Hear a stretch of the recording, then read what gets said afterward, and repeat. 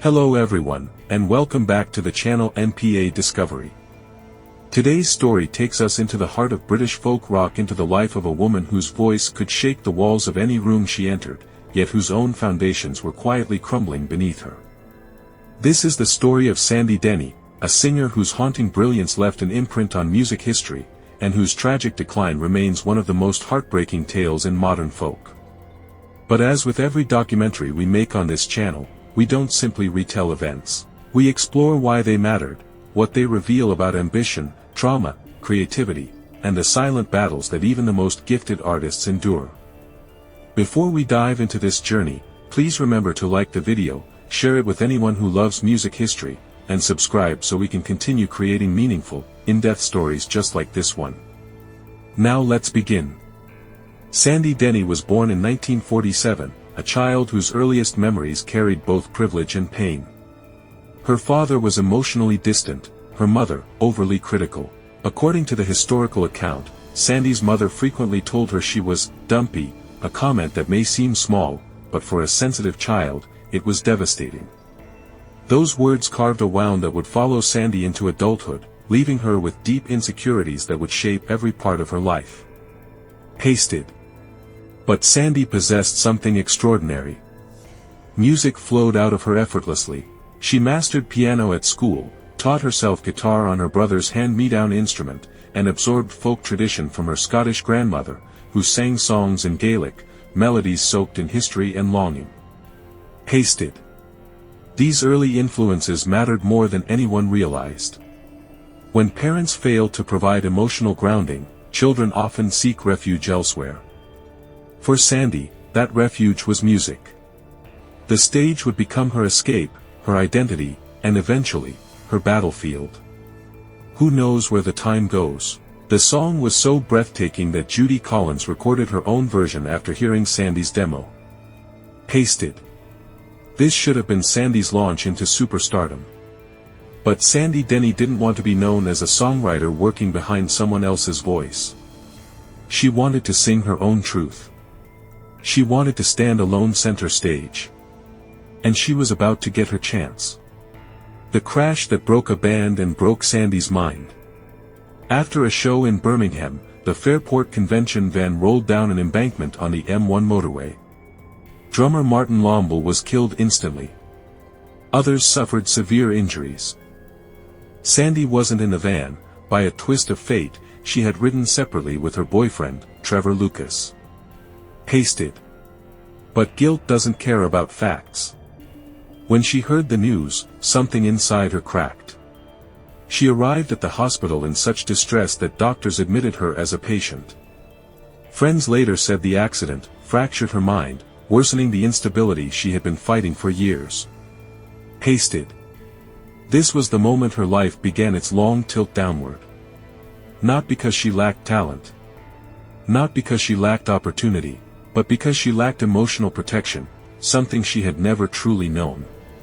A brilliant voice, an unstable heart, love, self-destruction, and a slow unraveling. When Sandy Denny walked into the hospital after the Fairport Convention crash, sobbing, disoriented, and blaming herself for a tragedy she didn't cause, something fragile inside her shifted. Friends described it as a psychological break that never fully healed. Hasted. What she carried afterward wasn't simply grief. It was guilt. And guilt, when buried deep enough, becomes a silent architect of self-destruction.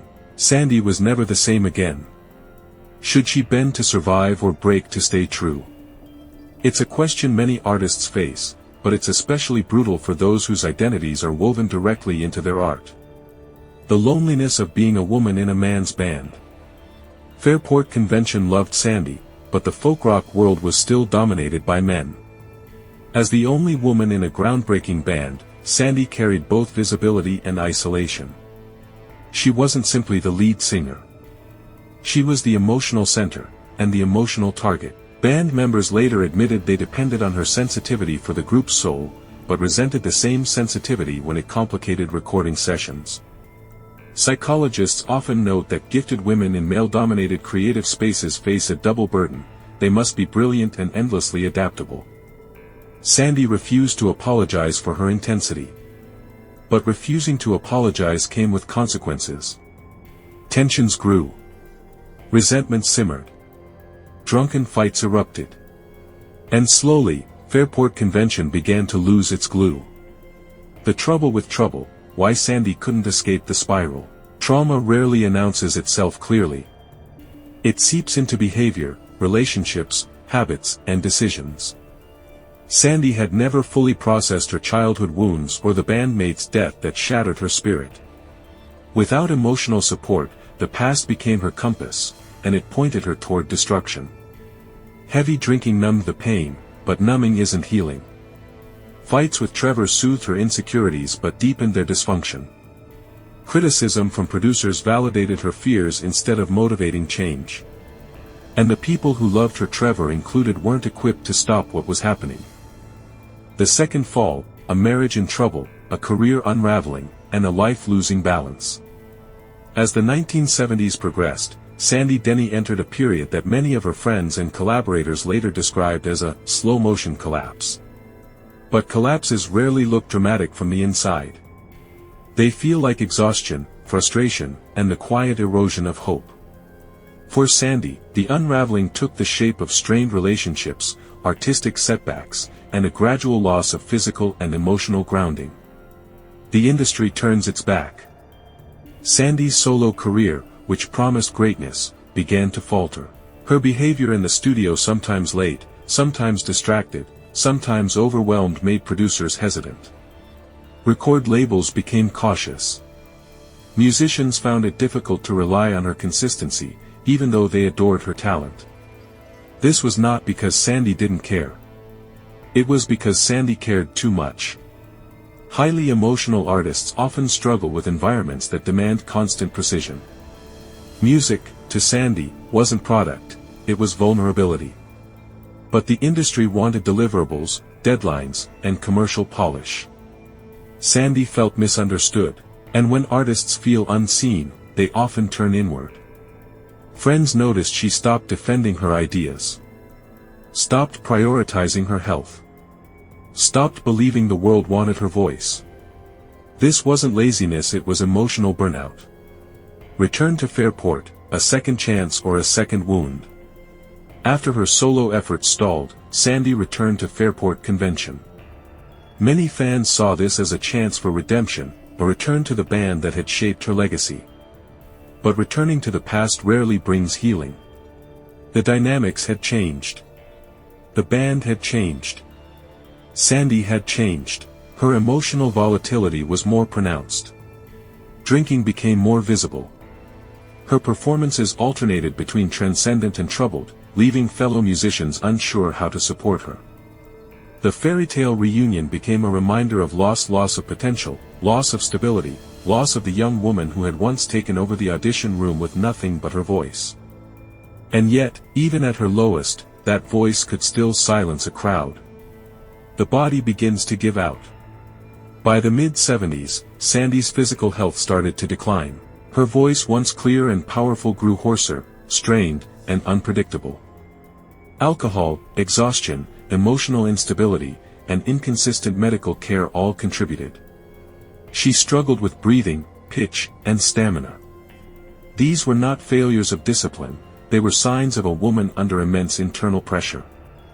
Friends described watching her struggle on stage as heartbreaking. She didn't want sympathy. She wanted to be who she once was. But the human body has limits, and Sandy had been pushing hers for a long time. The music industry rarely makes space for vulnerability, and Sandy's declining health became a quiet taboo. Everyone knew she wasn't well. No one knew how to intervene safely. This happens often in artistic circles. People fear overstepping. They fear damaging the artist's sense of autonomy. They fear making things worse. So they hope the person will find their own path through the storm. But Sandy was too overwhelmed to find her way back alone. The world isn't kind to tired women. One of the most painful truths of Sandy Denny's story is this: the world is rarely patient with women who struggle. Male artists historically have been allowed their chaos, romanticized as troubled geniuses. They were given second chances, third chances, entire lifetimes of forgiveness.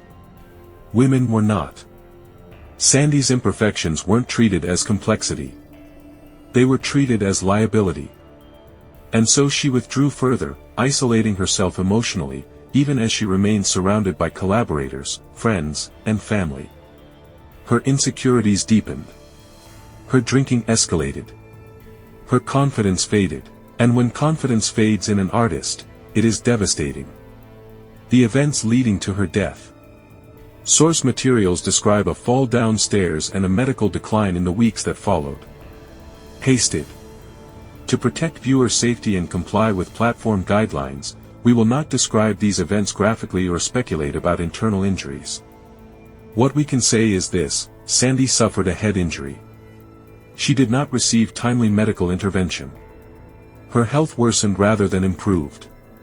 And she ultimately passed away at just 31 years old. Her death was not a single moment, it was the result of years of emotional strain, untreated trauma, and the absence of a protective support network. This tragedy is not simply about one fall. It is about everything that preceded it. The fourth truth this story teaches us. From Sandy's late life spiral, we learn something profound: a brilliant voice cannot drown out unhealed wounds. A legendary talent cannot protect someone from emotional pain.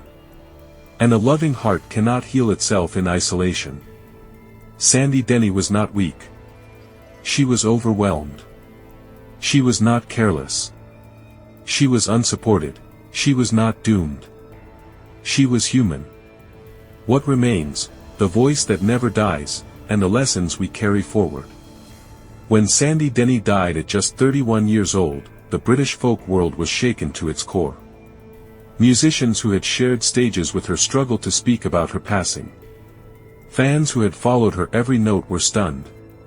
Critics who once debated her choices suddenly realized they had been witnessing not controversy, but a woman fighting for her life in ways few fully understood. But what's most remarkable about Sandy Denny is this: her story does not end with her death. Her real legacy began after it. The voice that outlived the chaos. Long before her personal struggles became public, Sandy had carved her place in history with one staggering truth: no one else has ever sounded like her. Her voice was ethereal yet grounded, emotional yet controlled, fragile yet fearless. It carried centuries of folk tradition and the vulnerability of someone who felt every emotion with full intensity. Many singers try to be technically perfect. Sandy aimed to be emotionally honest. And that honesty is what made her unforgettable. Even today, when listeners discover her music for the first time, the reaction is almost universal: where has she been all my life? This reaction matters. It proves what Sandy's life teaches us: even when a person cannot hold themselves together, their truth can still hold the world. The haunting power of "Who Knows Where the Time Goes." Among her many masterpieces, "Who Knows Where the Time Goes" stands out as her emotional signature. She wrote it as a young woman, long before the tragedies that would shape her life. And yet, the song sounds like the work of someone who had already lived and lost much more than her years should allow. The lyrics reveal a quiet acceptance of impermanence. They express longing without desperation. They acknowledge the passage of time without fear. In many ways, the song became the prophecy of her life: beautiful, fleeting, aching with unspoken emotion. Today, the song is covered by artists around the world and used in films and memorials, not because Sandy died young, but because the song captures something eternal: the bittersweet truth that all of us are passing through moments we can never repeat. The danger of reducing her story to just the ending. Sandy's death often overshadows her life in public conversation. But to define her by her final days is to erase everything that made her extraordinary. Too many artists, Amy Winehouse, Judy Garland, Nick Drake, are remembered more for their pain than for their brilliance. Sandy's story is not about the fall. But what's most remarkable about Sandy Denny is this: her story does not end with her death. Her real legacy began after it. The voice that outlived the chaos. Long before her personal struggles became public, Sandy had carved her place in history with one staggering truth: no one else has ever sounded like her. Her voice was ethereal yet grounded, emotional yet controlled, fragile yet fearless. It carried centuries of folk tradition and the vulnerability of someone who felt every emotion with full intensity. Many singers try to be technically perfect. Sandy aimed to be emotionally honest. And that honesty is what made her unforgettable. Even today, when listeners discover her music for the first time, the reaction is almost universal: "Where has she been all my life?" This reaction matters. It proves what Sandy's life teaches us: even when a person cannot hold themselves together, their truth can still hold the world. The haunting power of "Who Knows Where the Time Goes." Among her many masterpieces, "Who Knows Where the Time Goes" stands out as her emotional signature. She wrote it as a young woman, long before the tragedies that would shape her life. And yet, the song sounds like the work of someone who had already lived and lost much more than her years should allow. The lyrics reveal a quiet acceptance of impermanence. They express longing without desperation. They acknowledge the passage of time without fear. In many ways, the song became the prophecy of her life: beautiful, fleeting, aching with unspoken emotion. Today, the song is covered by artists around the world and used in films and memorials, not because Sandy died young, but because the song captures something eternal: the bittersweet truth that all of us are passing through moments we can never repeat. The danger of reducing her story to just the ending. Sandy's death often overshadows her life in public conversation. But to define her by her final days is to erase everything that made her extraordinary.